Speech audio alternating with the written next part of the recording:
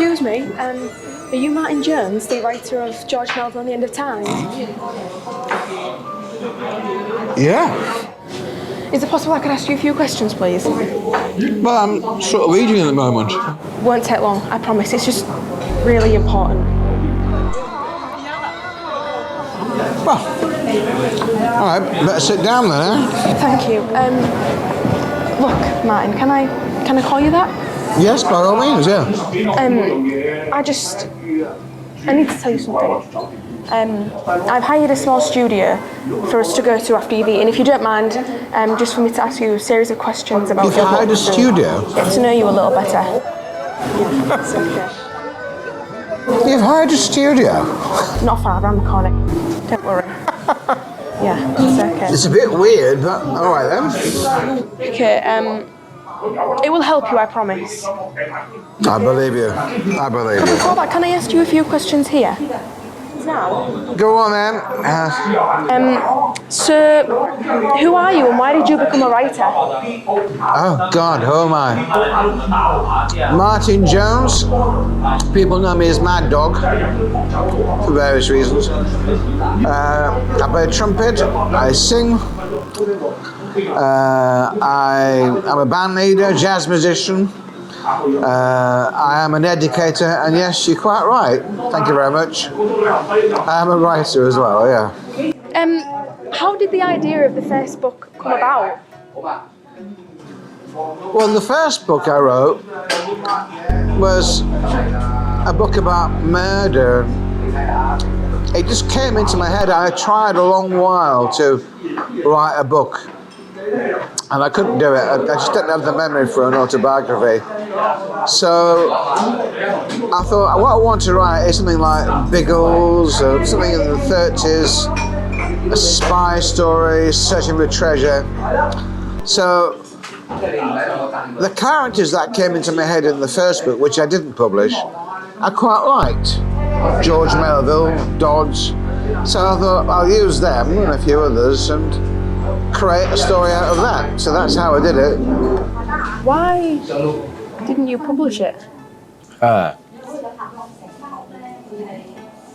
hadn't happened? It was just the first book.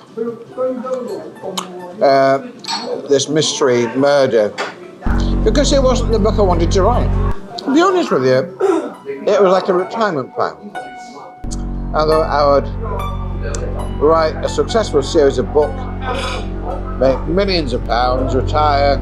But unfortunately, another 7 million people had the same idea and flooded the market, which meant that it was very difficult to get published, but I did self-publish my books.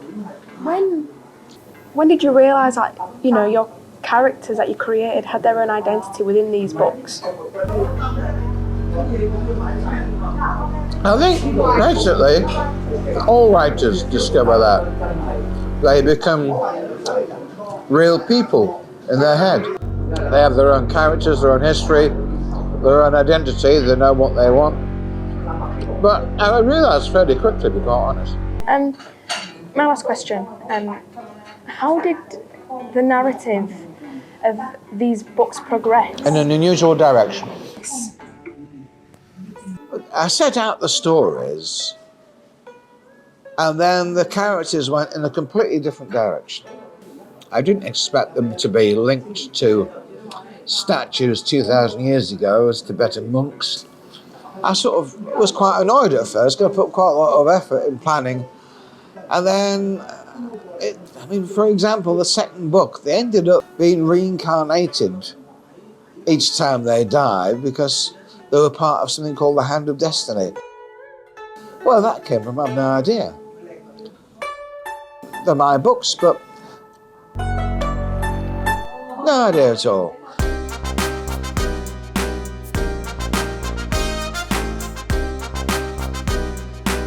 Hello, welcome to today's show. We have a special guest, the world-famous author Martin Jones, the author of the George Melville mystery books. Hello, how are we today? Well, I'm fine, how are you? I'm absolutely amazing, thank you. So heading on to the first question, at what point did you, have this unusual influence on what you'd written? Unusual influence. Well, I suppose there was an unusual influence. All right then, so I am very organised, meticulously so, because basically I have a dreadful memory as a result of the life I've led. So I planned very carefully the first few books, but the characters inside my head had no intention of following my advice and went on their own merry way. I planned meticulously the books I was writing. I would always write in the middle of the night because I only ever have 4 hours sleep. And so I'd plan all the plot, etc. And then the characters became very dominant inside my head, as strange as it might sound, and ignored completely what my plans were. And the books ended up being what they were always going to be, until the point where I just didn't bother. It wasn't like automatic writing, I was thinking it, but it always ended up being a surprise in the end where we ended up. Heading into the first excerpt of your first book, The Mask of Perpetuity. Well, yes, by all means. Welcome, Mr. Melville. You've arrived just in time, the German said in perfect English. He pointed to the spare seat, and in the absence of any other conceivable plan, I decided to sit where I was directed. The game is Texas Hold'em, Mr. Melville. The wild cards and the ante is 82,000 Hong Kong dollars, he told me, without any apparent humour, as the table was cleared of cards and chips from the last game. My heart sank, and I looked to MadDog for some indication of what to do. He just looked at me like an idiot.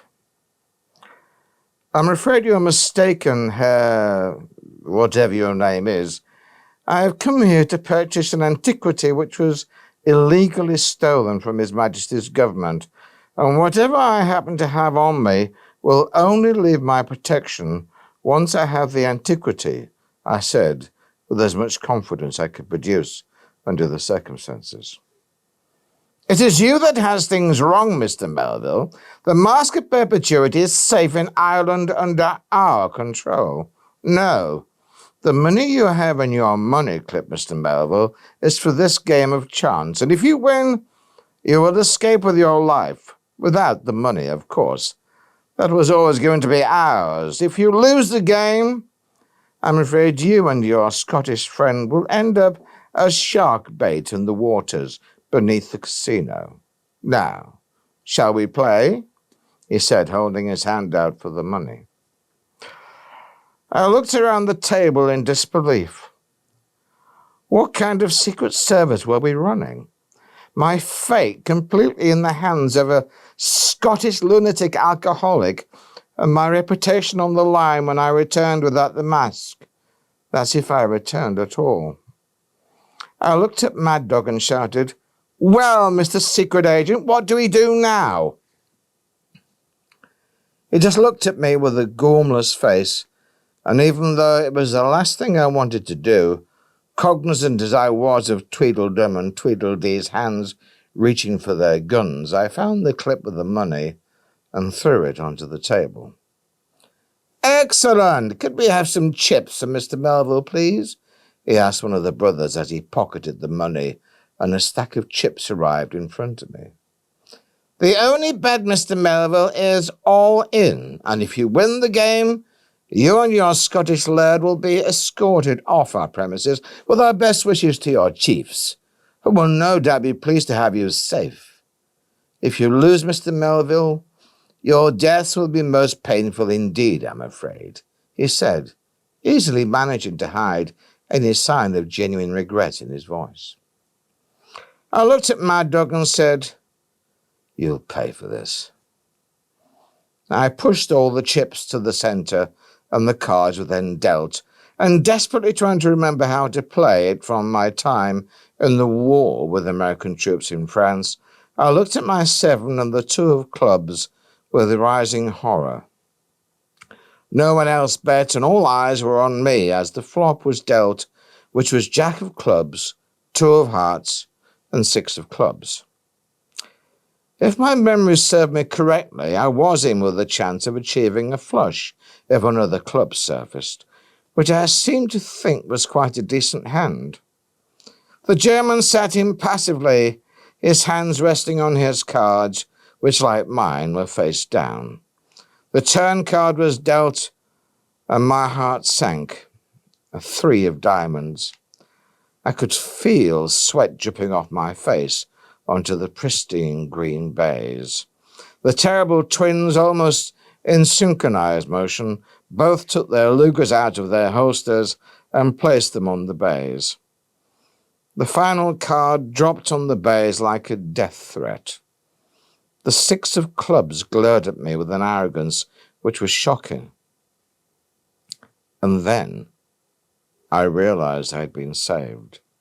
I got the flush with the river. With a sense of extraordinary relief, I slowly, with a huge smile on my face, showed my cards to the general sense of amazement around the room. My German opponent, who sat and still hadn't revealed his name, looked at me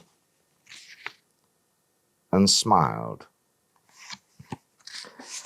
I knew then I was dead.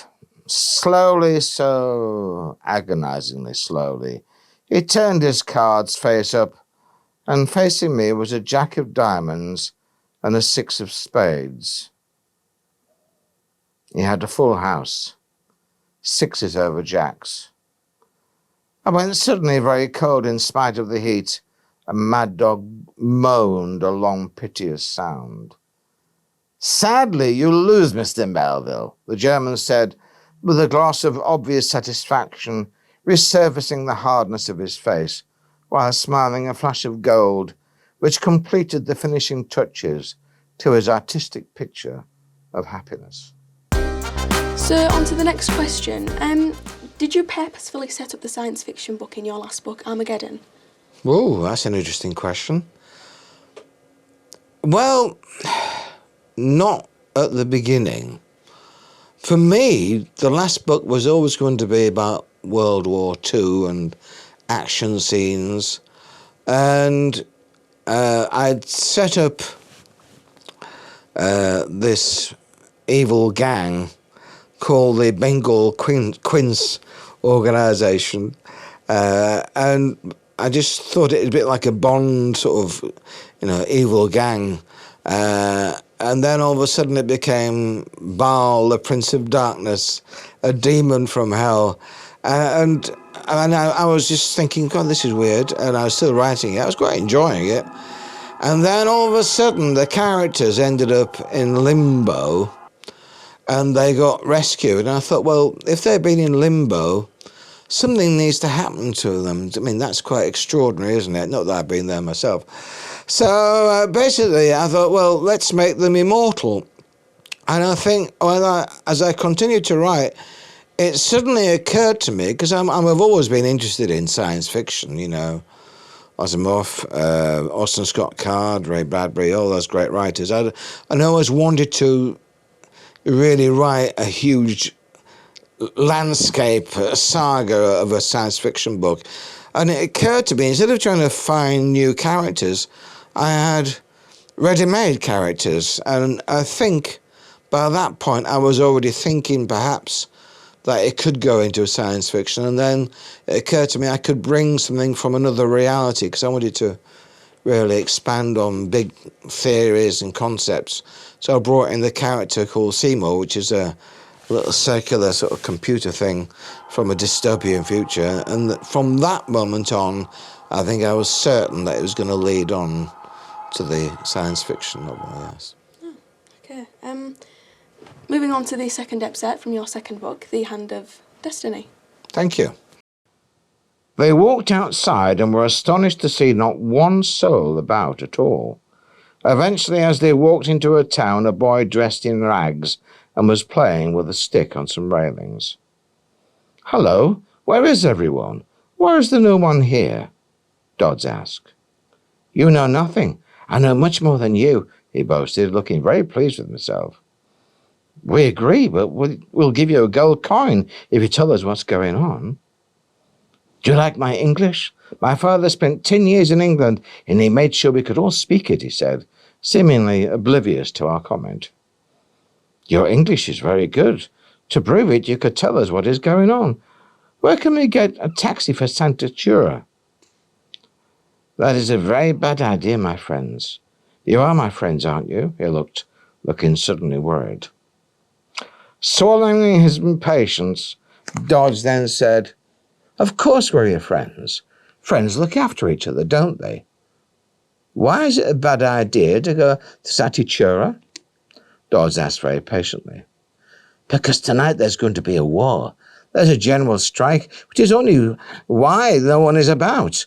But everyone knows there's going to be one hell of a fight at the palace, and no one in their right mind would want to go there tonight, unless they wanted to get killed, he said, and laughed at them. Dodds and Yvonne looked at each other and grimaced. Dodds thought to himself, why is it never just easy and simple? Look, we've got 3 gold coins, Dodds said while holding them up, glinting in the late sun in front of the boy. These 3 gold coins will be yours if you find someone to take us there. Our friend is imprisoned there, and we have come to rescue him, Dodds told him. There are no adults here, but I know where there is a car full of petroleum, and for 3 gold coins, I'll drive you there myself. They looked at him in horror, but couldn't think what else to do. They followed him through dusty, deserted streets to a garage, and after a short while they saw the boy enter and then leave the house. Sit in front of the seat of a car, place short planks of wood under his feet so he could reach the pedals. The car was an old Ford Model A, and rust covered most of the exterior.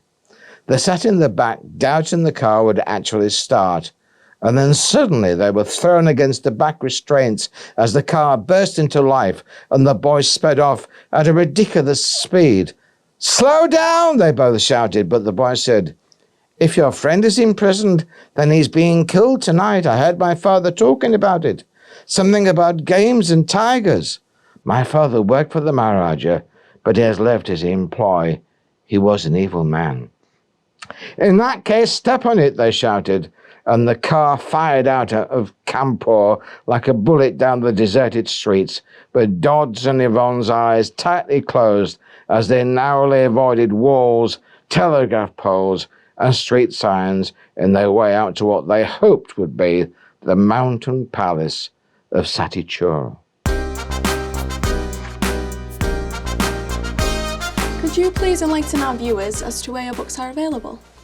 With the greatest of pleasure, yes. So, available in all the usual shops, Amazon, but there is a website you can access all of this, plus other material as well, which is www.wordofdog.co.uk.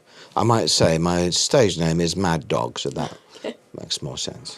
Heading on to the next step set from Martin Jones' book, which is The Emerald Tablet of the 7 Sermons of the Dead.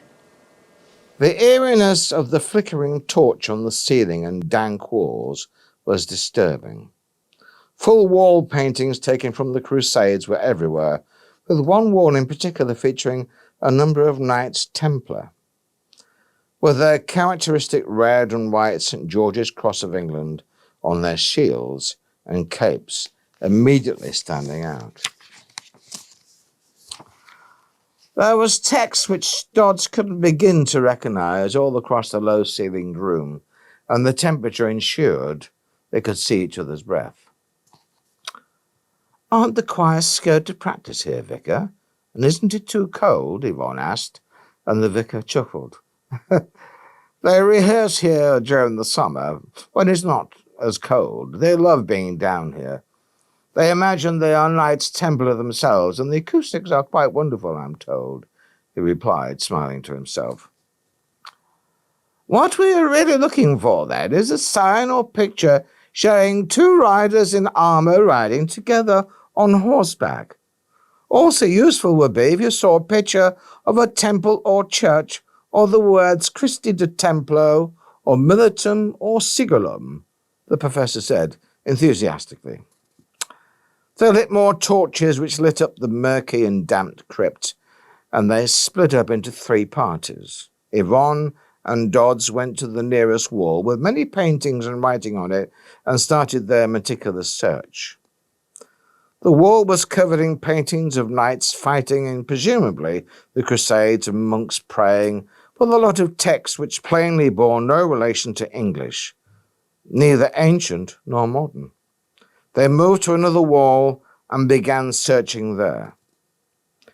They searched for an hour, and they began to despair of finding anything. Dodd sat down and looked at what may strangely once have been a fireplace, and looked up to the amazing design which went up the wall into the ceiling, and he realized the ceiling was full of Old English text, and in the middle near the far wall there was a sign of both the 2 horsemen and the text they were looking for, with a sword pointing to just around the middle of the wall where it met the floor. "Look, it's pointing to the middle of this wall," Dodge shouted. "Oh, I say, well done. I think you found the entrance, dear boy," the professor said excitedly. The wall and that part of the floor were crumbly and not substantial, and with all their concerted efforts they broke through, and in the dim light they could just about make out a staircase chiselled out of the bare rock, descending down into a huge blackness beyond. As they walked down, they could hear water running, and they moved slowly, marvelling at the hundreds of stalactites and stalagmites, all poised to drip on their moisture from the cave roof. At the bottom there were several chairs chiselled out of rock, with the 8th raised above them as if for their leader. The professor moved to the nearest wall and said, "How extraordinary! This text is Latin, and if I can just make this out," the professor said mysteriously. She walked forward to the far wall, which was covered in text and strange markings, and she read out, "For the part that is hidden and the path to more, only blind faith will lead you. The cross that stands at last in the Holy Land, with God's blessing, will show you the way," she read out to our amazement. She thought for a second. The Holy Land, a cross that stands at last. It must mean the Jerusalem cross, she whispered breathlessly. "What does a Jerusalem cross look like, Professor?" Dodds asked her. "Oh, I suppose it's like 4-letter T's meeting in the middle, with 4 simple black crosses and the spaces making a square. That's the best description I could think of." They then started their search, and soon enough, behind the raised chair, they found a huge panel with the Jerusalem cross plainly painted on it.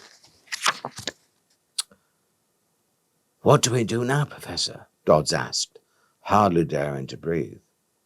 "Smash it in, of course. That's why you need blind faith. Smash it in, dear boy," she shouted breathlessly. Dodds did precisely as she asked, and the picture and panel crumbled to reveal a deep recess inside. Everyone held their breath, and the air felt dry and aged. Dust particles hovered in the torchlight, as if caught outside in searchlights trying to escape. Dodds carefully brought the torch closer, and the first thing they saw was a fragment of what seemed at first to be part of a gravestone. But it was emerald green in parts, and more aged in others. The green caught the light, and it seemed quite otherworldly. "Oh my, it's true, it's the emerald tablet," the professor said, and Yvonne thought she was going to collapse with excitement. Dodds carefully pulled it out, and it was covered with ancient text, which Dodds could not make head nor tail of. It was very heavy and felt warm in his hand in spite of the cold. Also in the compartment was a map of sorts, written on parchment. It showed a map of Rue Neuve Notre Dame, which we presume was the Notre Dame in Paris. Towards the bottom right of the map, there was again the sign of the Jerusalem cross, which incredibly seem to be more likely to be an X marks the spot. So, Martin, what do you find is the easiest part of writing these books? Well, it follows on from what I was saying before. I mean, the hardest part is doing all the research because it was set in the 1930s. The easiest part, strange enough, I know you read about the tortured writer, in writer's block, but the easiest part for me was just let the characters do the talking and just write it. Making sure that the characters are right in the period, the kind of decor, all the details that you would expect to see in a book of that era are there. So that was the hard bit, to be quite honest. So the easy bit was writing the book. Okay. Moving on to our fourth excerpt, the Keystone to Enlightenment. They made their way scrambling through warm, cloying leaves until they heard a conversation. MadDog translated. Come on, Helga. The ceremony will be starting soon. We need to make sure we get seats, the young man was saying. I really don't feel right about this water. In fact, this whole dig is wrong, she said, exasperatedly. Don't let them hear that, Helga. You really will be in trouble then. What would your father think if you were sent back in disgrace?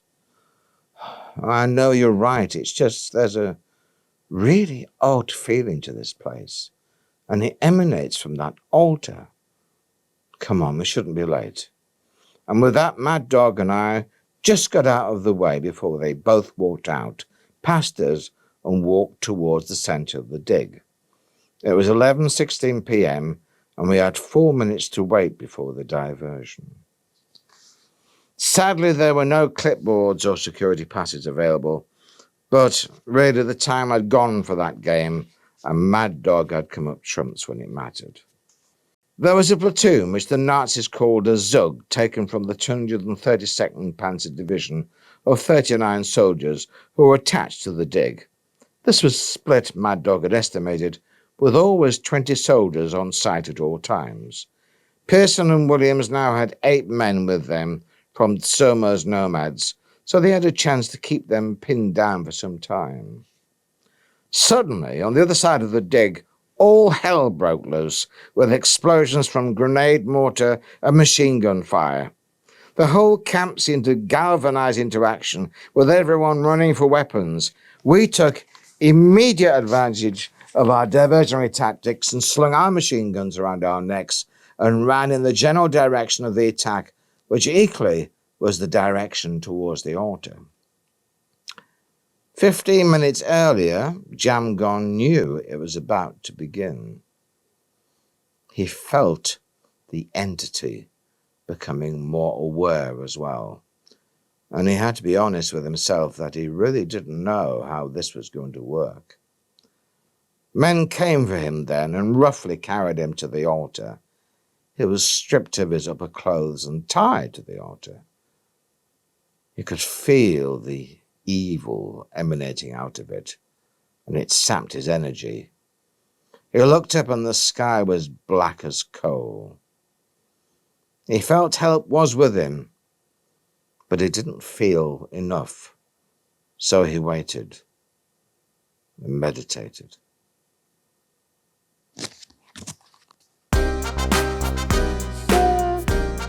Where did the ideas of the characters come from? You know, reading the books myself, they seem very much alive. Right. Well, it's good that you've read the books. That's somebody. Well, I think, with every writer, I'm sure the characters become alive, occupy their brain and are real people. And certainly in this book series, the characters did become real for me. They were like real friends, or at least associates, people I knew about and thought about, and something would happen and I would think how George Melville would react in that way, or Dodds or MadDog. So, yeah, I mean, yeah, they came. I mean, I don't know how they came about originally. They just popped in my head. I mean,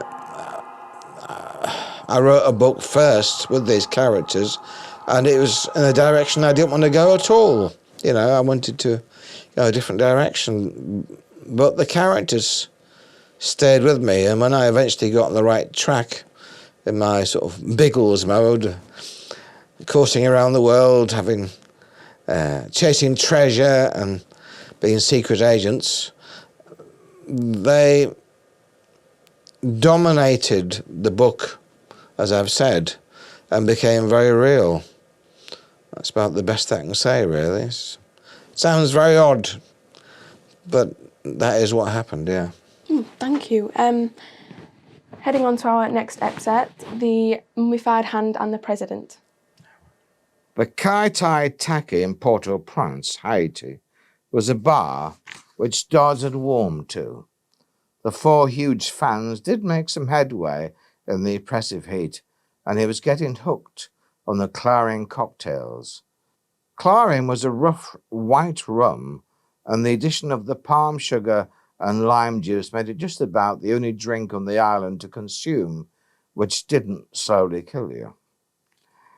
He looked through the darkness of a hot dive of a bar onto a stunning sunset of violet indigo, turning slowly to magenta through to a vivid scarlet. The fluffy white clouds had a more orange tint, and the palm trees following down to the bay, kissed by a silver-edged turquoise, shimmering sea, just about made it one of the best views in the world.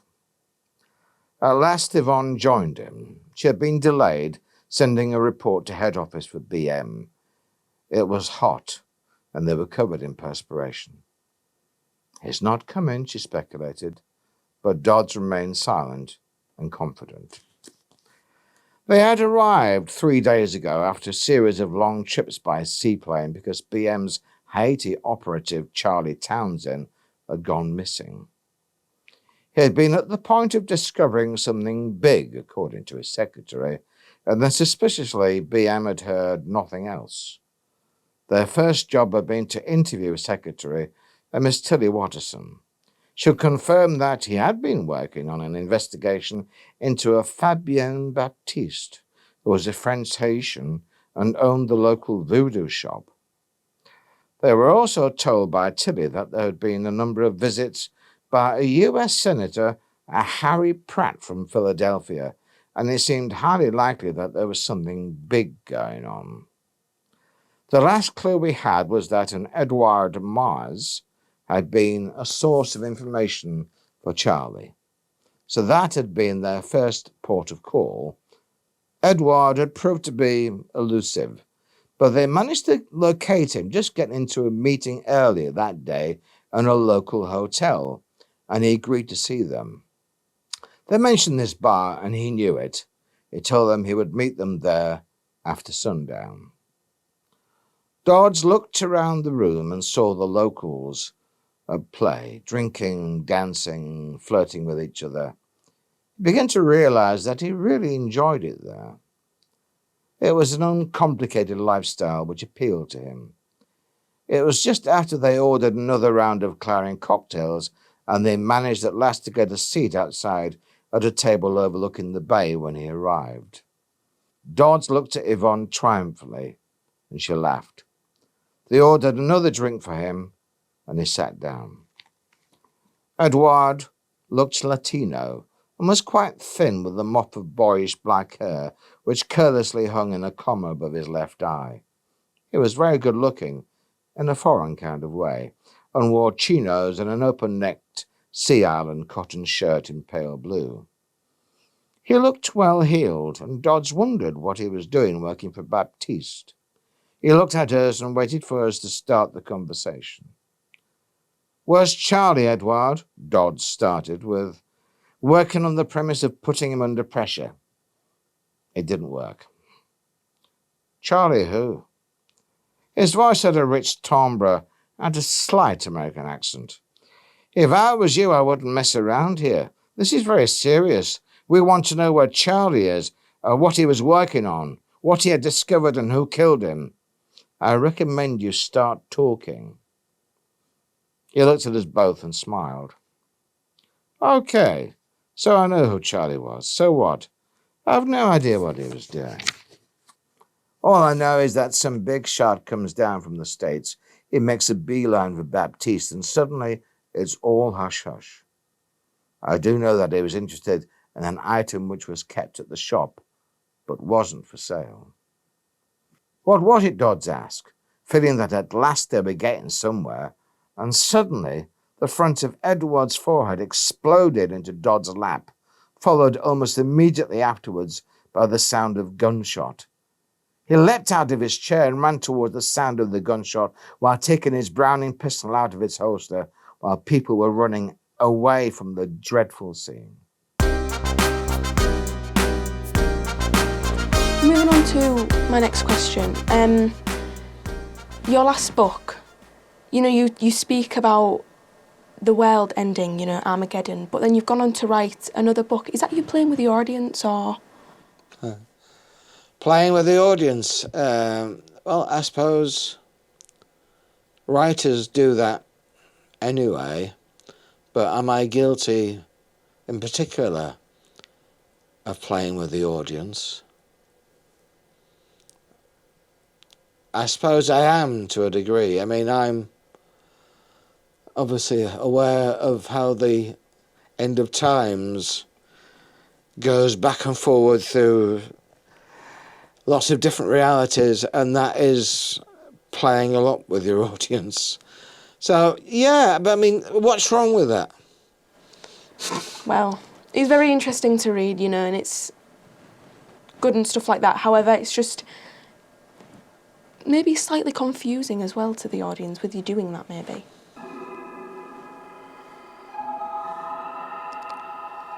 Well, I don't want to confuse the audience. Am I guilty of doing that? I don't know. You'd have to ask them. I don't think I confuse them, and hopefully, I write compelling stories. I mean, all right. So you've got the end of the world. I mean, spoiler alert. It isn't the end of the world, but I guess people would know that as it leads on to a new book. But, part of creating a compelling narrative is to make it challenging and go off in lots of different directions. And I'm surely that is the writer's job to do that. I mean, if nothing like that happened, it'd be rather boring, wouldn't it? I suppose so, yes. And also, with you writing your first book about, the world kind of ending, in a way, was it your plan to ever move the books forward? Like, did you ever want to do that, or was it? Well, initially, as I said before, it was just 6 books. That was the end. With Melville saved the world. Thank you very much indeed. Next job. But, as I said, it ended. It was weird. I suddenly realised, well, no, that they can be immortal, and I don't know. The prospect of writing a wholly different new book across a huge saga of time, space, multiverses was really, if I'm to be honest with you, quite daunting. And suddenly I thought, hang about.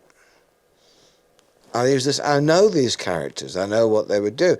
I mean, I knew that there was the whole thing about saving the planet, and there was all these opportunities. So, I mean, I've no apologies to make. Yes, I mean, to answer your first question, perhaps I do mess about with the audience, but I do it hopefully in an entertaining and fascinating way. And Armageddon did lead on to the science fiction series, and I know we're going to be talking about that soon. So that's my answer, really. I think that's all I can say. Okay, thank you very much. You're welcome.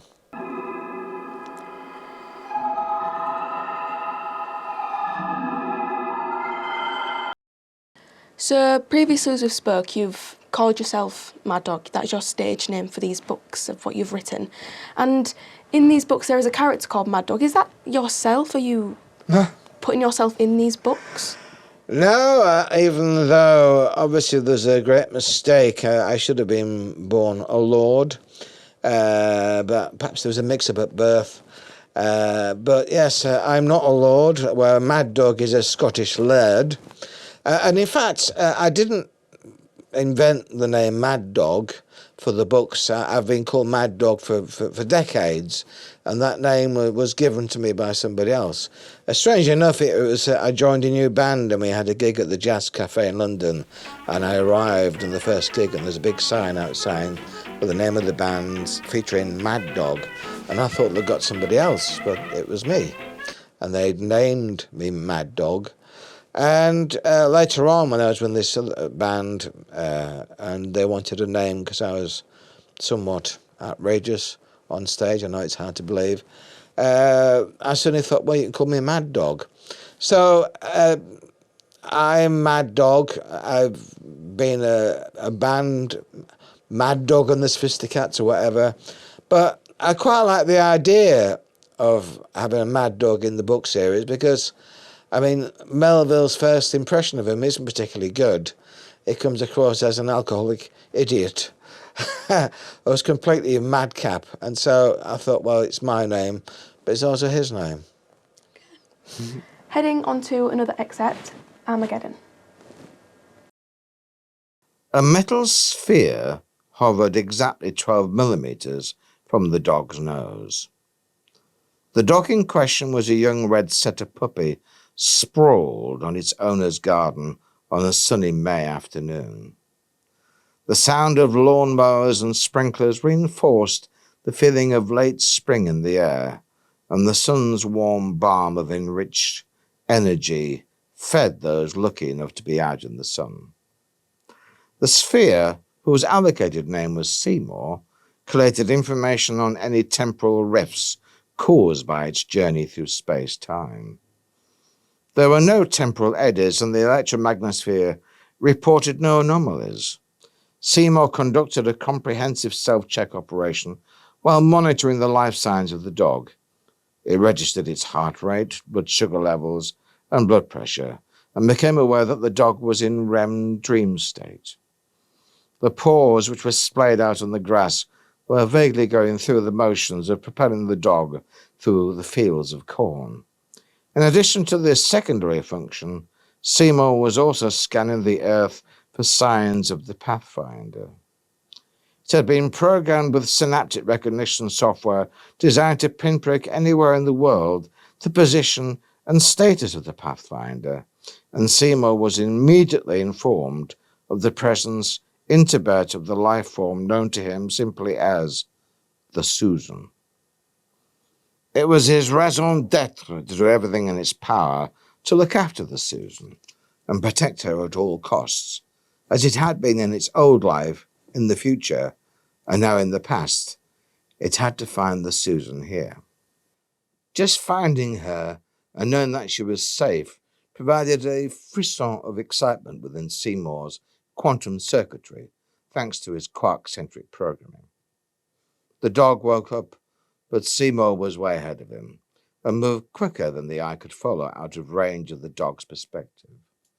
While doing this, it checked the air quality near the Susan and followed a comprehensive risk assessment which covered potential satellites which could impact the Earth and present risk to Susan. It calculated toxins in the air and realized, although there was already some buildup of toxins in the atmosphere, in comparison of where it come from, the Earth was still largely pristine and able to look after its ecosphere without considerable help from humanity at great expense. It realized many of the plant life and life forms which were extinct were now alive and thriving, and it marvelled at how beautiful the planet was, entirely from an aesthetical consideration, of course. Seymour also calculated volcanic movement and stresses along all major faults, which had the power to affect the Pathfinder's health. It also identified any live threats to the Susan in her vicinity. The units near her seemed to be benign enough, so its next step was to quickly travel to her direction and attempt to make contact with her. Its programming allowed what was called deep synergy contact, which allowed it to access beyond the perimeter of her electromagnetic sphere, which allowed intimate and close contact with both Seymour and its future host. Seymour also checked the Susan's biometric life signs, blood sugars, sensory input, integration of data and motor output through the autonomic nervous system and cardiovascular data as it sped to her location. Once it reached a position diametrically above her position by 320 kilometers, it rapidly came to the conclusion that she was safe, but currently in stasis. His Susan had told him this may likely be the case, so Seymour felt no responsibility to act, except initiate a partial shutdown, so just his connection to her remained open. Moving on to the final book, The End of Times, which I think personally is the most amazing sci-fi book ever. But just for the viewers, could you please remind them of who you are and why we're here? God, you ask difficult questions. Who am I? All right. My name is Martin Jones, Martin MadDog Jones, let's be honest. And I am a trumpet player, vocalist, band leader, jazz musician, educator, writer, bon vivant. Are you sure? Do you think that you're better than your characters? Am I better than my character? Well, I sort of wrote them. I don't think bon vivant is somebody who's better. I mean, you found me, and I don't know how you found me in a restaurant eating. And I do, let's be honest with you, enjoy my food. Perhaps you can tell. And I have very expensive tastes that I can't afford. It's as a result of the life that I've led. I mean, it's in many ways done me no favours, but I call myself a bon vivant because I just find it amusing. Okay. Going forward to the next excerpt, the reunion, Dark Side of the Moon. No one was there to witness the arrival of the black box, an unimpressive part of the Black-Eye galaxy, approximately 17 million light-years from Earth. So really, it hadn't come from anywhere. It had just popped into being. One might surmise that it had materialized out of another dimension, that is to say, if anyone had been there to witness this, which was sadly not the case.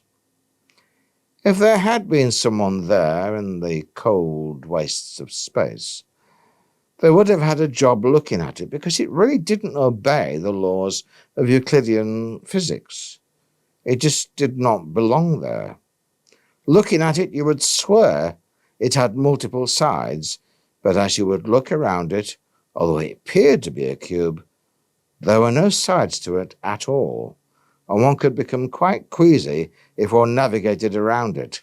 It looked like a cube, but one could not imagine how it came across as such. There would have been an intelligence to it discernible if someone had been looking at it, because 3 seconds after it arrived, it sped off towards a tiny dot in a distant galaxy, known to its inhabitants as Earth. MadDog, how easy was it to go from Armageddon to the End of Times, including the characters and where they've ended up? Well, as I said earlier, it set up the book, but I knew I wanted to create a saga that was a major project. It covered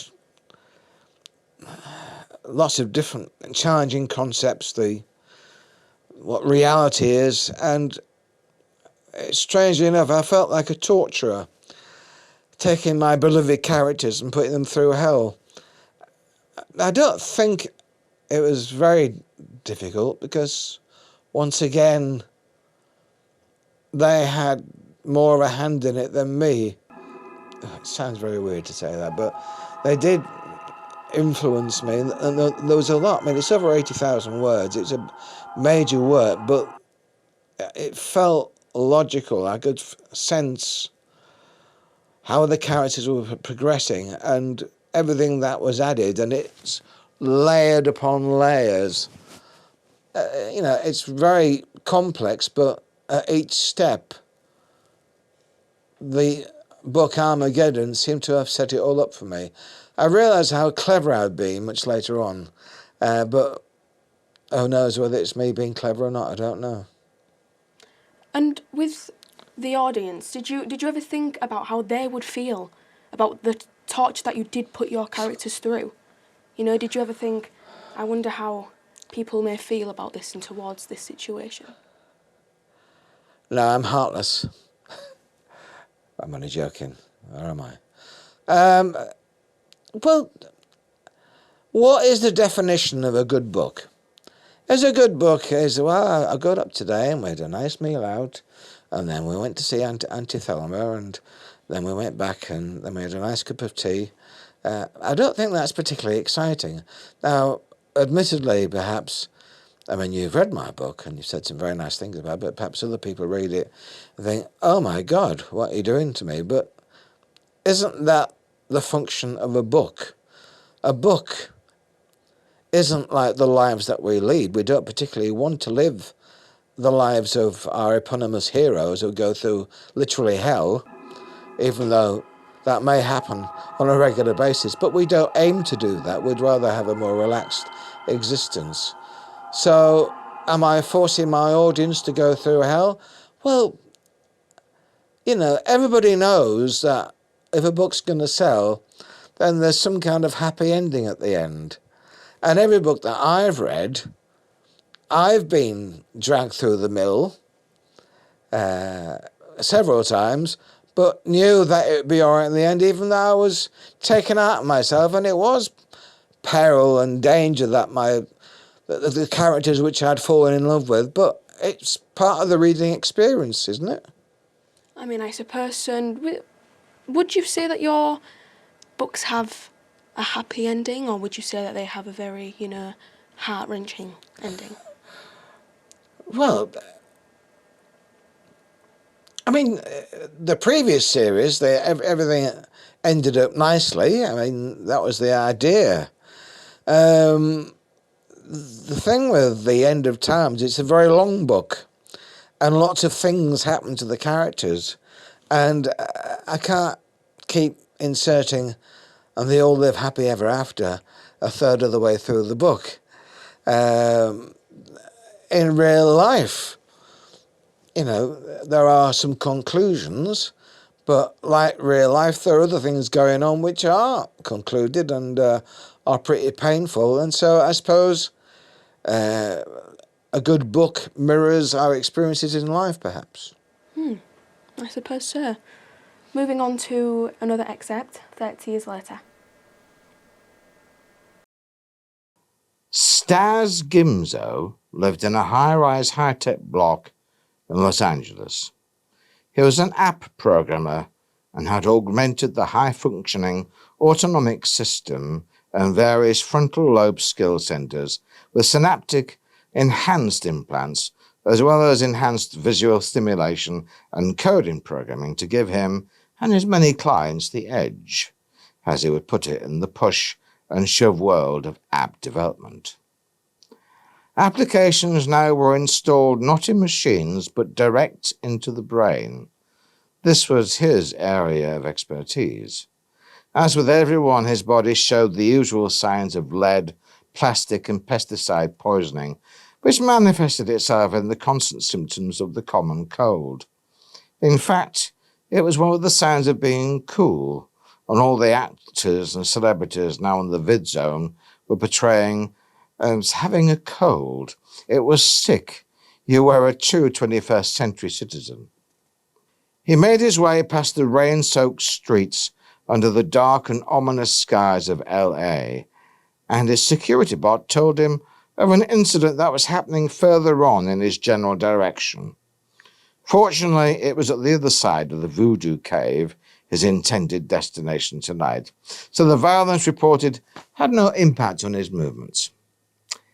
It looked like a night of storms and high winds ahead, and generally venues had to dig down and away from the surface to avoid interference from storms and tornadoes to survive.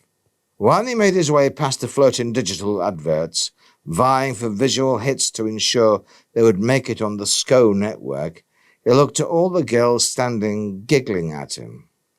They were naked except for the clear plastic that kept them dry, with sex vids implanted on their bodies like elaborate tattoos, depicting them in the most obscene acts imaginable. It was clear what their plans were for this evening, but Stas had other ideas. He had been contacted by a Kim Croker, a legend in the app world, and could not miss this opportunity. Stas made it to the entrance, which featured a Jungle Drums hologram in front of the venue, made more vibrant by the effect of the torrential rain. It actually looked like a cave, with hologram bats continually flying out of it. He paid his $150 and walked quite some distance down and deep into the venue. It literally was a very deep cave, and by the time he entered the club itself, he realized it was packed. Sim pornography from the porn feed was depicted everywhere, at the bar, actually on the cocktail glasses, on the dresses of the topless girl waiters, and then a huge screen near the corner that hovered above the dance floor, which of course was just positions to stand with a series of electrode implants to jack them into the dance stream. A girl with massive breasts approached him. They were huge and obviously not her own. Stas noticed how much of an effort it was just to walk, and he wondered why people did this. He paid and brought his beer to some booths at the back, covered in fake tiger skin. The first booth was empty, like he knew it would be, and he sat there and waited to be contacted. An attractive girl dressed in clear plastic with porn vids on her stomach and her breasts jutting out provocatively sat next to him and put a hand on his crotch. She asked if he wanted a drink, even though he obviously had one already. "Fuck off," he shouted, and she got the message. It was quite an old-fashioned saying now. People generally these days shouted "clean," which was sort of the worst thing to say to someone. It meant you were not one of them. It meant that, disgracefully, you were not poisoned, and you were not paying your dues, even though you shared the responsibility for having destroyed the planet. It implied a perverse pride in at least paying the price with failing health. Stas looked up again, and Croker was there, as bold as brass. The same lined face, the same beard, the same cool look of someone who suffered in silence. "What's up, bro?" he asked. Stas replied, "Same old shit." They smiled at each other. Croker moved closer, and bizarrely, Stas could smell orange blossom on him. Croker moved to the back of the club, and Stas just followed him. The club was full now, but he didn't care.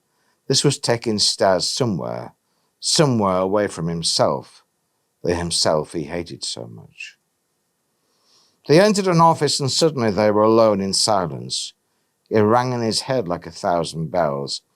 They sat there and looked at each other amongst the floating couch and ubiquitous hollow suites, and then Croker spoke. "What do you know about the world, Stas?" He looked at his black-lined face, the grey beard and the sad eyes that plainly had seen too much in life, and wondered what game he was playing. "Just the usual. Hand of Destiny is protecting us as usual. There's peace throughout the world and we are prospering. It's the same boring shit, man. Let's talk about app development or something," he asked, feeling that he didn't want to waste this moment and play his stupid game. Croker looked at him, and Stas felt that he was about to divulge the Holy Grail or something. There was a purpose in his eyes, and it frightened him. What have I told you that half the world is under water? There's not enough food left to feed us. What have I told you that the hand of destiny have not been looking after us at all, but leading us into a situation where we slowly kill the planet, and now we are part where governments are about to topple? Surely you're aware of the weather stars, the storms, the tornadoes. Surely you can tell that as a race we are now well and truly fucked, he said, while raising his voice to quite a crescendo. He looked at him in disbelief. Then he thought about what he had said. It felt like the first time in a long while where he actually questioned what was happening. And it frightened the shit out of him. What elements did you want to include in your books, and how did that work out in the end? Ooh. Right. Okay. I've always been fascinated with what reality actually is, what the fabric of reality is. Is there a God? What is the human condition? What do we want? And is what we want what we really need? Is there a God, and what God could that be? I wanted to think and produce huge landscapes that embrace audacious concepts and ideas, faster than light speed, travel, quantum entanglement theory, time travel, multiverses. And I just like the idea of things that are so huge. And for example, there's a God in the book, at least one, called the Caretaker, and it's so huge that if it didn't exist in black holes throughout the universes, multiverses, it would fill the entire multiverses and there'd be no room for us. I just like the idea of that. And I wanted the idea, I've always been interested in simulation theory, where in fact reality is some kind of training simulation. And there was some famous professor who said that reality is in fact a 3D simulation of a 2D reality.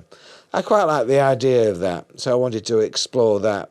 And I love the idea of there being a program responsible for each element. Like there's a program responsible for the Earth, and you can go back in, and get in touch with that program and reboot it, or talk with the program that's in charge of a universe or a multiverse or the entire reality construct.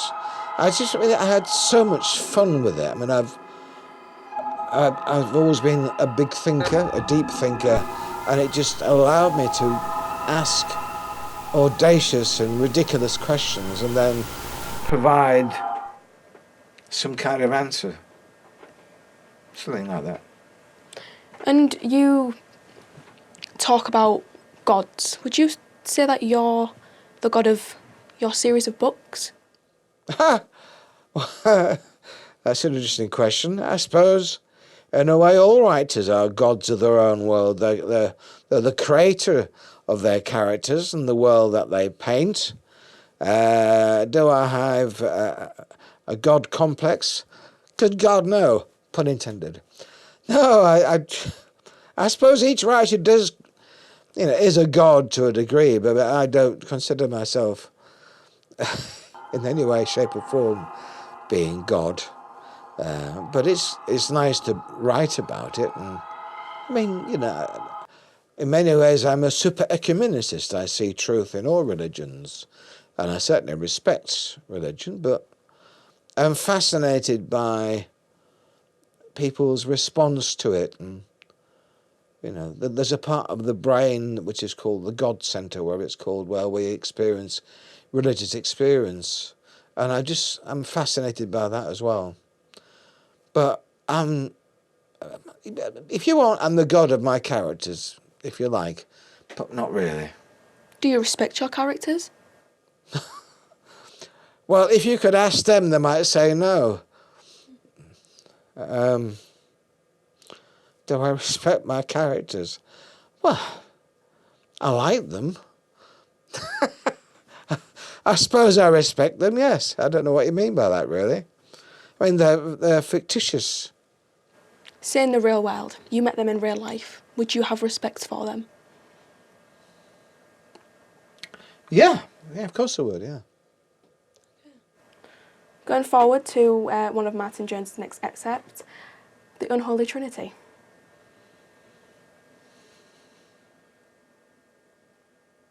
As we descended down the countless ancient stone steps, the temperature lowered, and I was grateful that I was no longer susceptible to temperature changes. We eventually entered the caves, and they were absolutely full of Gipluclians.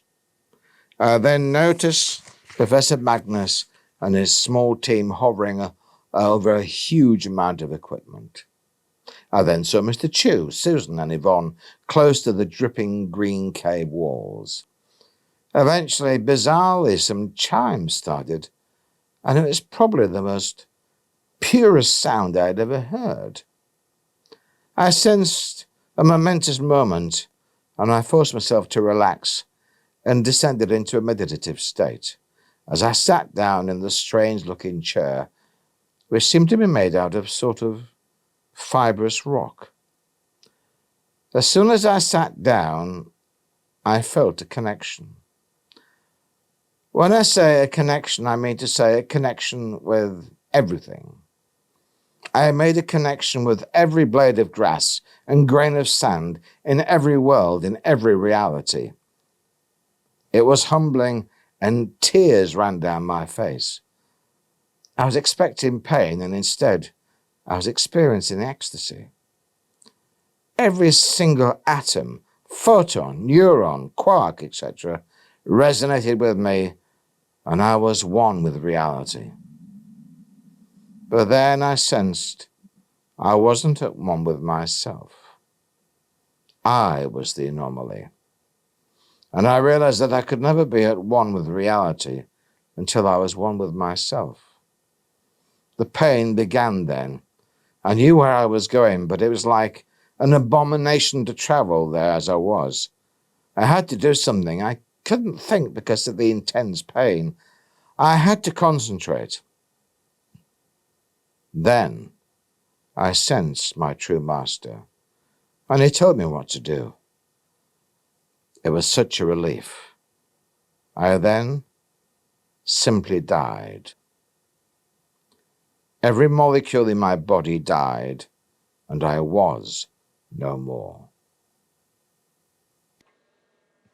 Mr. Jones, where did the idea of the programme, such as the reality construct, come from? Yes, I did mention that, didn't I? Well, it's a bit of a cheat.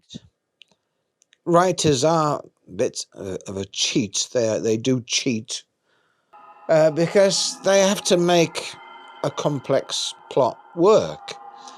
And if you suddenly put your characters through hell where they're at a point of being destroyed, and you're at this point in a science fiction book where God and huge things going on, like the darknet has taken over, how on earth can you make that all right? Well, you then have to resort to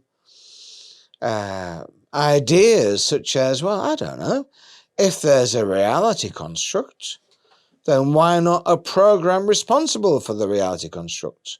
And if there's a program responsible for the reality construct, which can be argued and have a logic argument with to try and get it to do something, then why not multiverses, different versions of us? Why not the universe, our own planet? And I used it a number of times when we've placed the characters in an impossible position, and all of a sudden, oh, Melville, our superhero, goes and does that. Phew. And then we can move on. Otherwise, it would have been a very short book. They all died.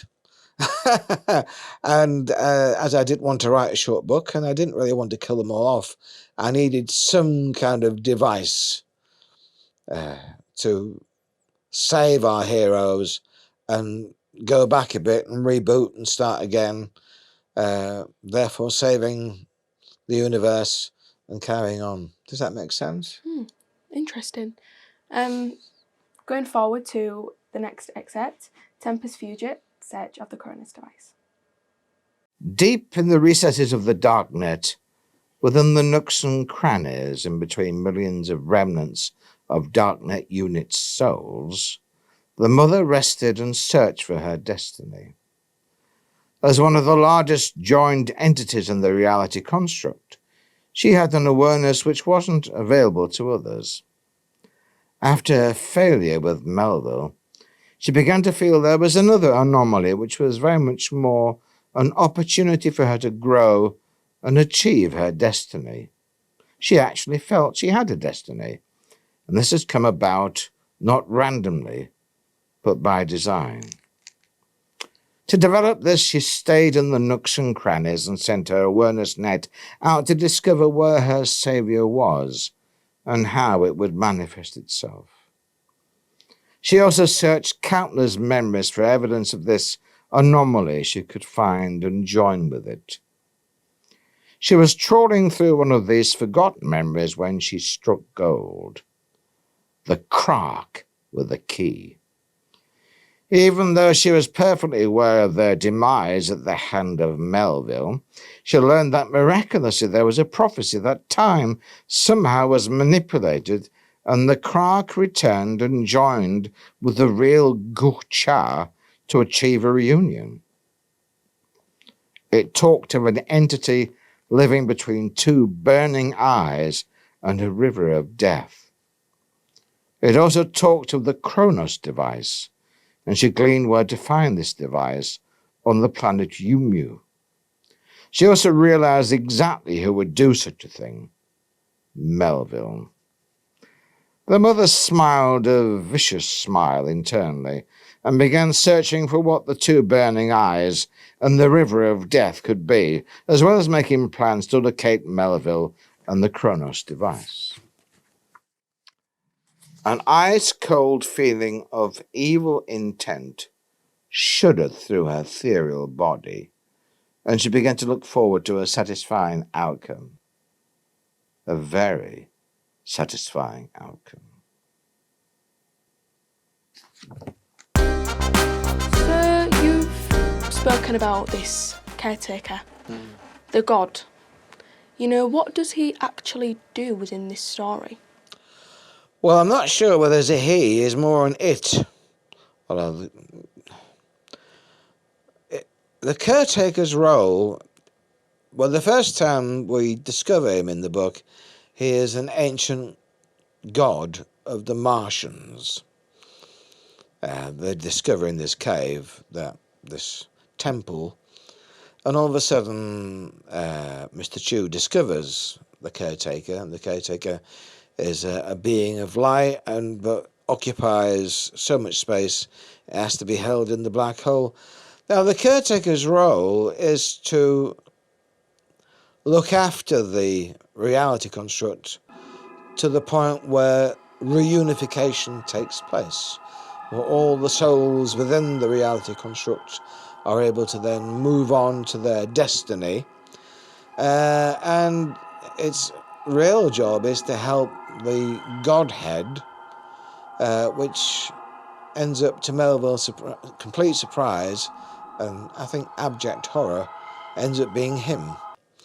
So the caretaker doesn't have an awful lot of power, if I think about it, but it's there to help things along and guide the Godhead.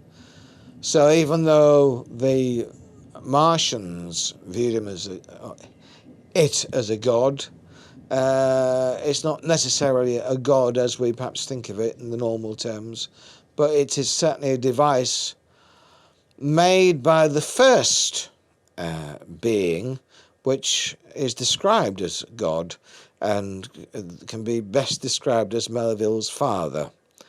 But that gets very complicated, doesn't it? But the caretaker is basically what it sounds like, is somebody helping to look after the reality construct to eventually achieve what is required, which is the reunification. Okay. On to part 2 of the previous excerpt, Tempest Future. Chu, the entity which incorporated the mother, looked through the memories of the remnants of every one of the trillions of souls which made up the darknet. He was worried. He sensed interference from the reality construct program itself. Of course, Chu had all of Mr. Chu's memories, so he knew perfectly well that the program was helping Melville and Susan. Upon reaching God status, the first thing to achieve is a knowledge of the limitation of your powers. He had realized immediately that the program was literally out of bounds to him. He could destroy Melville and the girl Susan and the other members of the Hand, but he couldn't touch the program.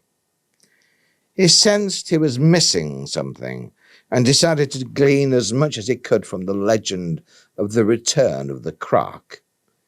He had stopped Melville's attempt to manipulate time, but this sudden rescue with the help of something he couldn't quite understand worried him.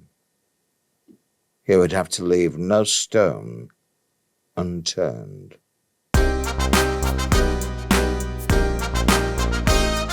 MadDog, what led you to rewrite all of these books into one?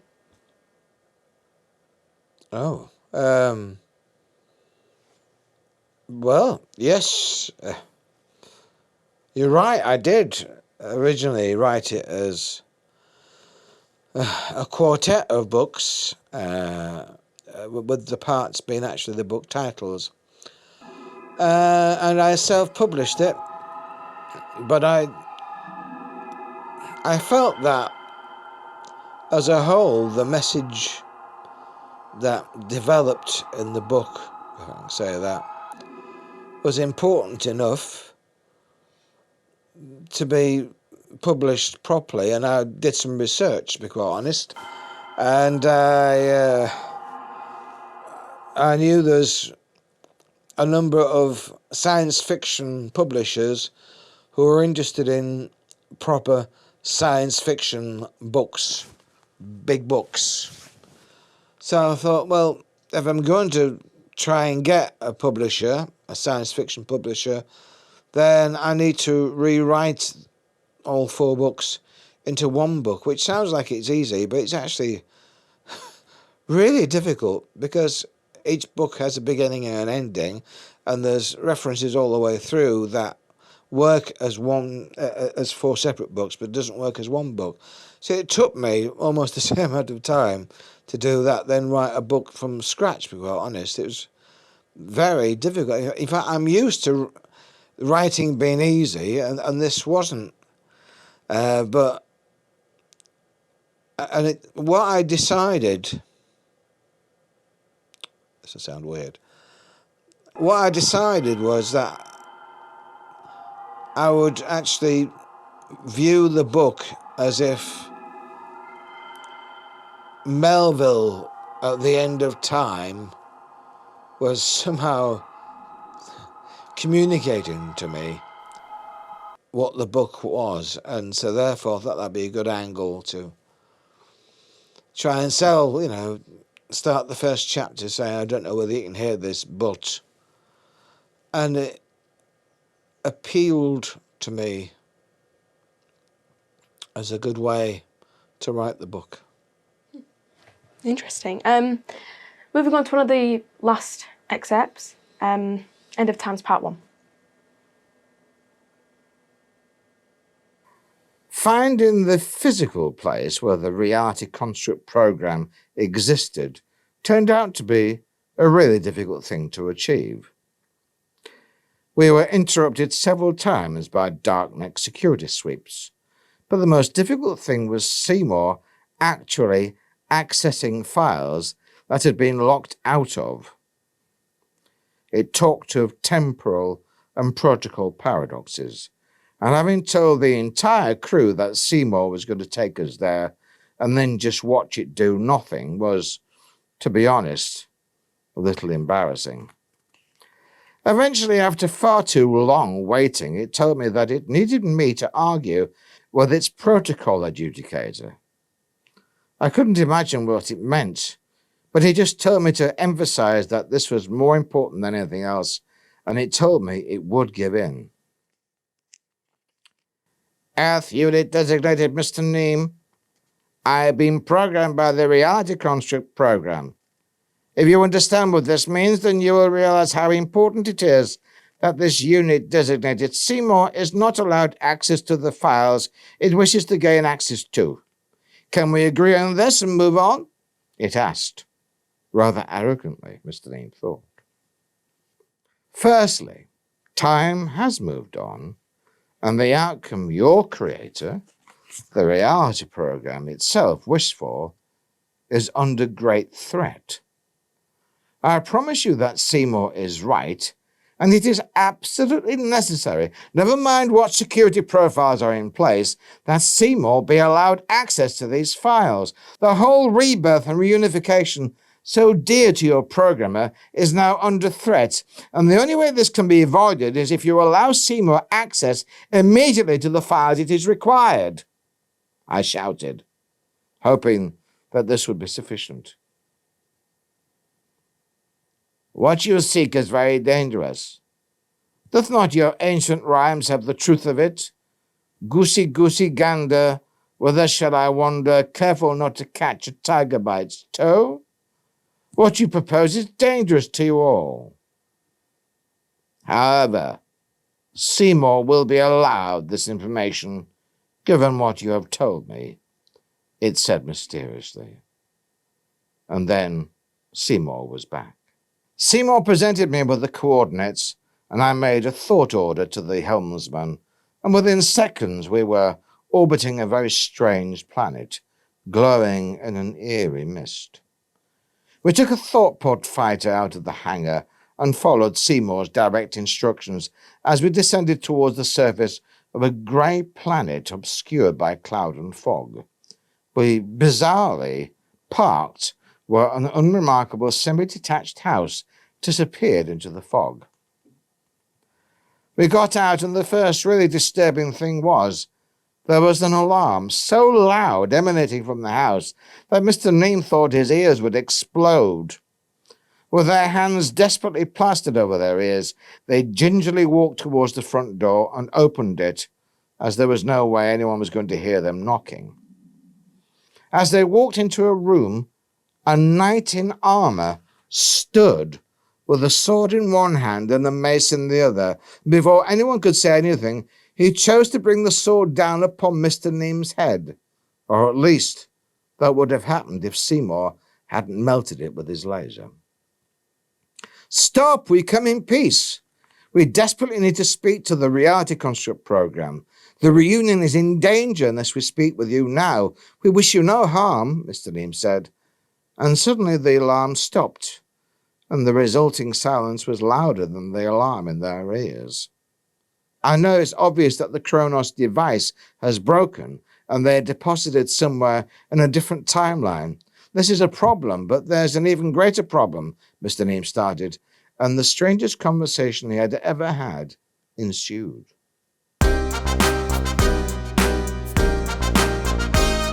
What is Melville's message? Well, I mean, Melville is a construct of my imagination. So I suppose Melville's message is my own to a degree. It's more or less saying that we're all connected to each other, and life is not supposed to be a holiday. It's actually some kind of a training program, and as much as life can be challenging and difficult, I think his message is that it's supposed to be. I mean, if we read a book and by the third chapter it says, and everybody was happy and nice, I mean, who would read the book? And if somebody, and let's face it, most people want something in life, and a lot of it's to do with winning the lottery. They want to live in the Bahamas. I mean, you can go on a long holiday, but what do you do then? I mean, what is life without the challenge, without purpose? It's just stagnation. It's just a non-existence. So, I mean, I think people come into life and they have these unrealistic expectations. I know some scientists recently discovered the secret to happiness in life. I could have told them the answer anyway, because they said, reduce your expectations. Well, of course, that's what you do. People expect so much, and it's usually what they want is the last thing that they really need. Life, I mean, I've faced considerable challenges in life, and it was pretty horrible to go through them, but at the end of it, I felt stronger, wiser, certainly more confident. I'll tell you a story. I had a student a few years ago, and he had cerebral palsy, and he was in a chair, and electric chair, and wheeled about and communicated by moving his head slightly. So his workload was about 20 times more than anybody else. And people felt sorry for him, but he did really well. He got merit, and he went on to be an entrepreneur. And I was in the discussion in a debate, and I knew what the answer would be before he answered it. But I asked him, to the horror of the rest of the class, if somebody came up with a pill that suddenly says, we've got a cure for your condition, you can get out of the chair and lead a normal life, what would you do? And people looked at me with horror in their eyes. And he said, and it took him a while to respond, he said, why would I do that? I've paid the price to be me, and this is who I am. Why would I destroy that? And that stayed with me. And I just think, life, as much as it is challenging, and, we lose people we love, and that's horrible, and we become ill, and there's mental illness, but every horrible thing that happens to you, I believe, and Melville believes, that's his message, that comes with a gift. It comes with a gift of experience, of a context that arms you for more things going wrong, that allows you to help other people, that allows you to grow. So I suppose life is a spiritual journey. And if people realise that, and that, God, life's shit at the present moment, I wish it would go away, actually thinking, God, this is a challenge, what can I do? How can I get through this? And then suddenly find the courage and the will to be able to do it, that, for my limited experience, means that you become stronger, you become wiser, and therefore you can help other people. So I suppose that's Melville's message. Thank you. Our last excerpt, which is the reunification of the very odd thing. I awoke from a sleep which was unusual for me. Even though I could sleep, I generally didn't bother. But I did recognize the feeling, and for some reason, I found it disturbing. In fact, there was a feeling of dread within me, and I literally couldn't work out what was going on. It felt like a disturbance within me, like my DNA was being reprogrammed. Not that I had any DNA in there. I moved to get up, but realized that I literally couldn't move a muscle. I had gotten into the habit of breathing again because, to be honest, I quite liked the experience, but I realized but I also wasn't breathing. A dreadful noise like a chainsaw started in my head, and I began to get very worried. I called out inside my head to anyone who would listen, but no one came. I was alone. The next phenomenon to occur was a restriction in my vision. I was losing my eyesight. Was this the death that we were waiting for? And where were the other godheads and their trillions of souls? This felt like a lonely death, and I was truly frightened. The noise got louder and louder, and then my body started shaking uncontrollably. I suddenly felt incredibly full. This was impossible. I couldn't have all this inside me and go through this torment. I wasn't ready. I could feel Susan, MadDog, the mother, my father, in fact, everything was inside of me while I shook uncontrollably in my bedroom. Talk about embarrassing. Then, molecule by molecule, my so-called perfect world crumbled out of existence, and I was prostrate in the vastness of chaos, feeling about as bad as I'd ever felt before. Then chaos was sucked out of existence, meaning I was hung in nothingness, and a bright light emanated from the distance. I still couldn't physically move, but I found if I willed myself closer, it came closer to me. It was an old-fashioned television screen from the 1950s. I thought it closer, and Cliff Richard was singing congratulations in black and white on the television.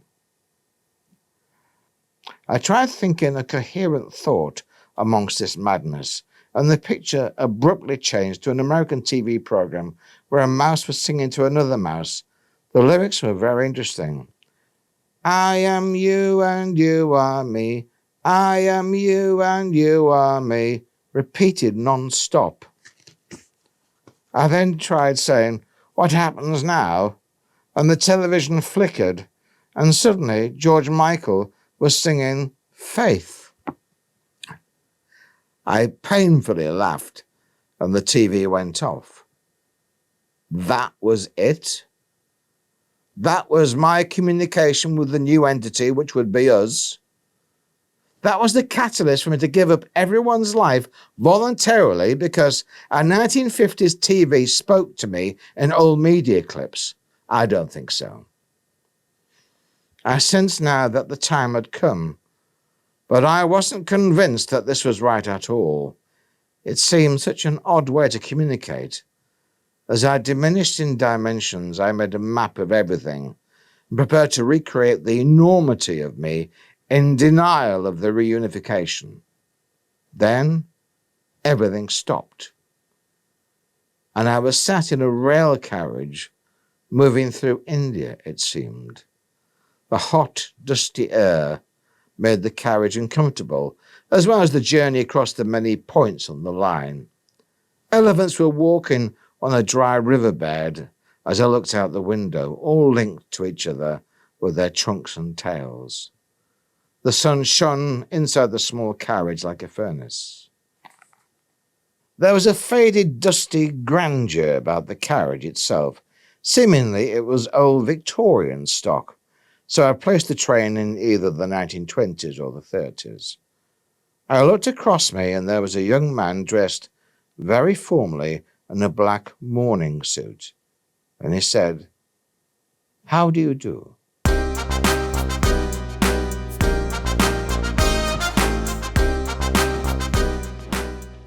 Are you okay? Yeah, I'm fine. Yeah, I'm okay. Yeah? This is Martin Jones, the famous writer of the George Melville mystery books. Thank you for coming today. I really appreciate it. It's been nice talking to you and getting all this information. Same here. Thank you very much.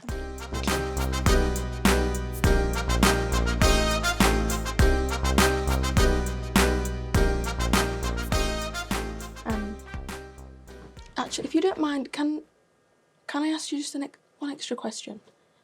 Sure, yes. You've spoken about Melville and his message, and that you think that he's using this device to try and get in contact with you and speak to you, why don't you just be honest? What do you really think? You know, what is your true, honest opinion?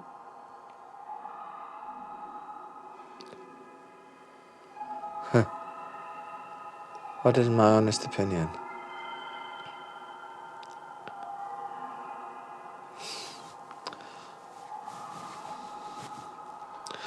All right. Although how this will sound, I have no idea.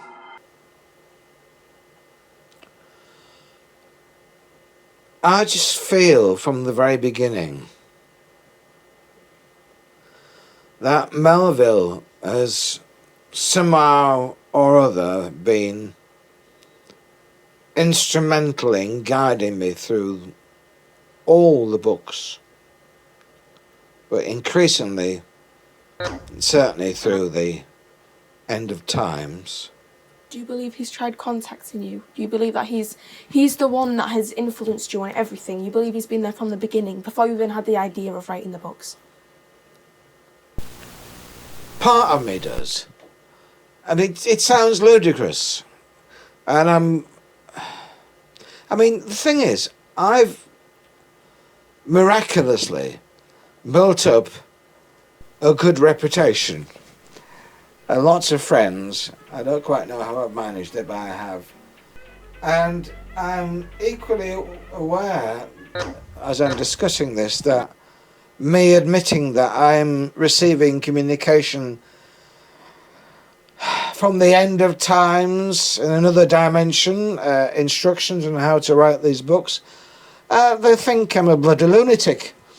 And so, as much as I want to think that it was me, I mean,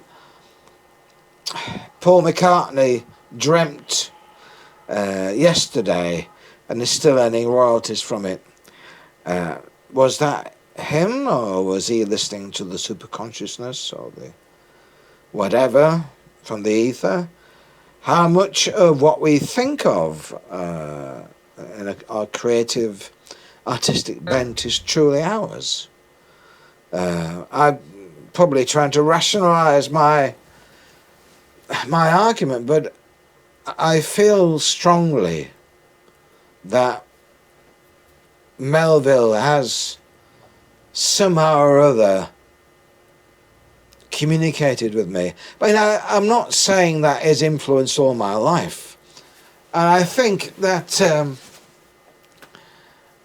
I've had these ideas and beliefs that I've developed through my life, and I'm not suggesting that he was instrumental in those, but perhaps because I was of that mindset that it was able then to actually connect with me in some way through the superconsciousness. So perhaps, well, it seems to me that Melville has been communicating to me, yes. Do you think maybe like in a past life, in a different multiverse, that maybe you were Melville and you've been born into this present and tried telling his story? That's a very interesting question. If I'm to believe the context of the books, which we can say have come from Melville, then I hope not. Because Melville has achieved his rebirth, he's achieved the reunion, and is about to move on. So, I mean, I don't want to... I mean, who knows about rebirth and who I've been in the past. But I don't think I've been Melville. I think Melville has moved on. I mean, the end of the book is where it's at the end of times, but you then think, well, what happens at the end of times? Well, I guess, I mean, the whole premise of the book is that we're all actually creatures of light and frequencies, and all different frequencies, and the frequencies get higher until eventually perhaps we forget who we once were and move on. I mean, it's funny because in the book, Melville's father says to Susan, I think, that Melville is very goal oriented, and that's one of his weaknesses. And what he really should be doing is actually enjoying the journey, because the journey is much longer than the end, and much more fun and much more rewarding. And it's interesting, as I teach people, I almost feel envious of where they are starting out, because I know how excited I was in seeing how my playing improved, how I got a sheer buzz from getting really good. I mean, I became obsessional about practice. I was practicing 8 hours a day. I tell my students that, they don't believe me for a second. And now when people are starting off or even halfway through, I'm sort of envious because I don't have that kind of buzz anymore. And so, going back to your question about Melville's message, I think actually what we should be doing now, in spite of all the crap that's happening to us, is actually do our best to enjoy it. My final question. Do you believe that there is a future for your books, or for the characters that are in your books? I hope so.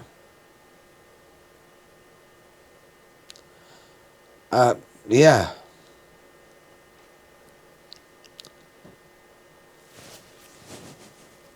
Can I just ask you a question? You've been asking me all these questions. I'd like to ask you one question. I don't want you to say anything yet, okay?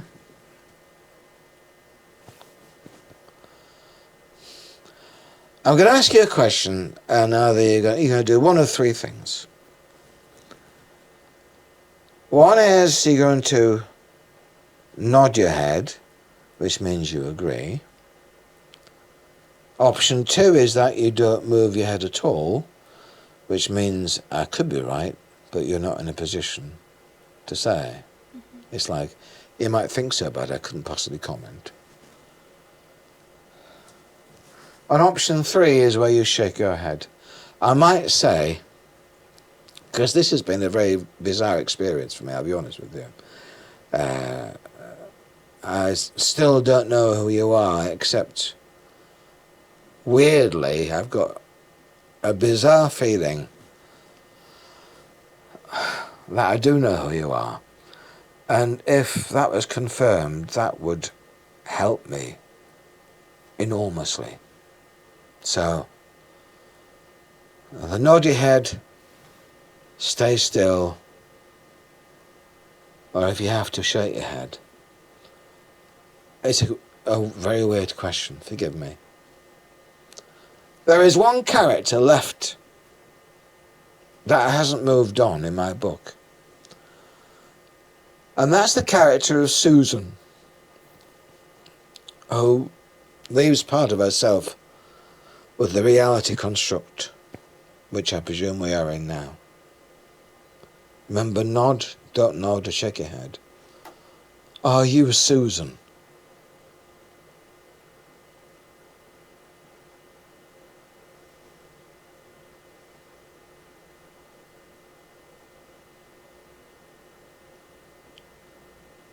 That's a nod.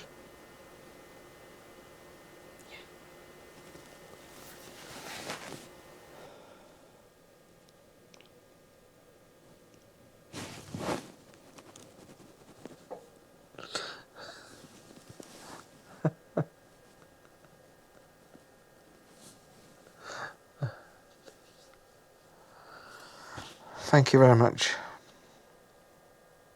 Thank you.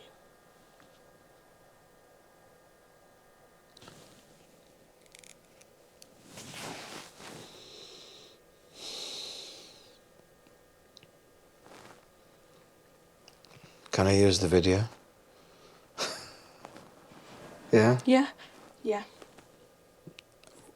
Where it'll go to, I have no idea, but I appreciate what you've done. Thank you. I appreciate you being here. Goes a long way. Thank you. This is one of the most weirdest experiences of my life. No offence. You don't say. Although, I don't think it's the most weirdest of yours. Thanks very much.